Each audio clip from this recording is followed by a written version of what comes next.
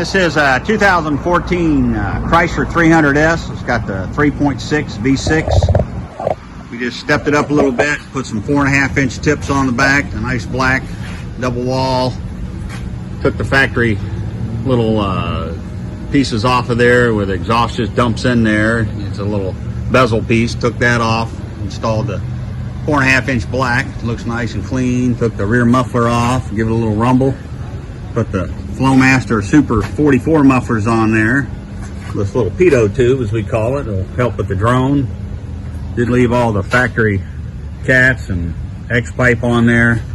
Just live it up, give it a nice clean tone, not all that straight pipe garbage. Let's see what it sounds like.